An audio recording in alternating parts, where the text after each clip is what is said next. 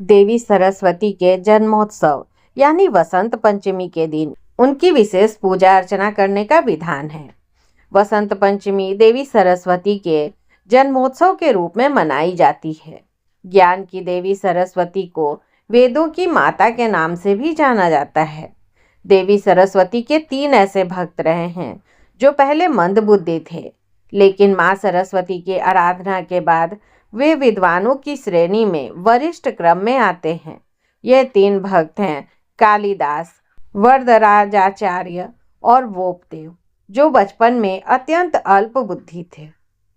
महान ऐतिहासिक कवि कालिदास को इतिहास का सबसे बड़ा मूर्ख माना जाता है। उनके बारे में ऐसा कहा जाता है कि वह पेड़ की जिस डाल पर बैठे थे उसी डाल को काट रहे थे। इस वजह से उन्हें महामूर्ख की उपाधि दी गई।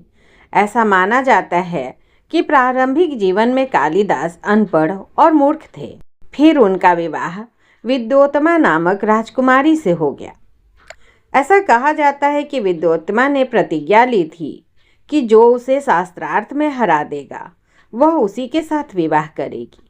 विद्योत्तमा मौन शब्दावली में गूढ़ प्रश्न पूछती थी, जिसे कालिदास अपनी बुद्धि से मौन संकेतों से ही जवाब देते थे। विद्योत्तमा को लगा कि कालिदास काफ़ी विद्वान हैं और उन्होंने उनसे विवाह कर लिया। विवाह के बाद विद्योत्तमा को समझ आया कि वह अनपढ़ हैं और उन्हें कुछ नहीं आता। फिर विद्योत्तमा ने यह कहकर कालिदास को घर से निकाल दिया कि पहले शिक्षा प्राप्त करके विद्वान बनना, तब मेरे पास आना। यह बात कालिदास के मन को छू गई और वह माँ सरस्वती के मंदिर में जाकर तपस्या करने लगे। माँ सरस्वती प्रसन्न होकर उनकी जिह्वा पर विराजमान हो गईं और उन्हें देखते ही देखते हर प्रकार का ज्ञान प्राप्त हो गया। ज्ञान प्राप्ति के उपरांत जब वे घर लौटे तो उन्होंने दरवाजा खड़का कर कहा, कपाटम उद्घाट्य सुंदरी, अर्थात दरवाजा खोलो सुंदरी। विद्योत्तमा ने चकित होकर कहा, लगता है कोई विद्वान आया है। दूसरे हैं संस्कृत के बहुत बड़े ज्ञाता वरदराज। करत करत अभ्यास के जड़मति होत सुजान, रसरी आवत जात ते सिल पर पड़त निशान। यह कहावत तो आपने जीवन में कई बार सुनी होगी, कभी कभी अपने माता पिता के मुख से तो कभी कभी विद्यालय में अपने गुरुओं के मुख से। दरअसल यह कहावत जिसने बनाई उसे दुनिया का सबसे मूर्ख छात्र समझा जाता था, लेकिन फिर एक दिन ऐसा चमत्कार हुआ कि वही मूर्ख संस्कृत का महान विद्वान बन गया और उनका नाम है वरदराज। वरदराज बचपन में पढ़ाई लिखाई में बेहद कमजोर थे और उसे कुछ भी जैसे समझ ही नहीं आता था। विद्यालय में उनके सहपाठी उसे मूर्ख बोलकर चिढ़ाते थे और अध्यापक भी उसे पसंद नहीं करते थे, क्योंकि उनका पढ़ाया पाठ उसे समझ ही नहीं आता था। वह एक ही कक्षा में कई कई साल तक पढ़ा रहा। फिर एक दिन उसने हार मानकर विद्यालय ही छोड़ दिया और अपने घर वापस जाने लगा। तभी रास्ते में उसे प्यास लगी तो उसने कुआं देखा।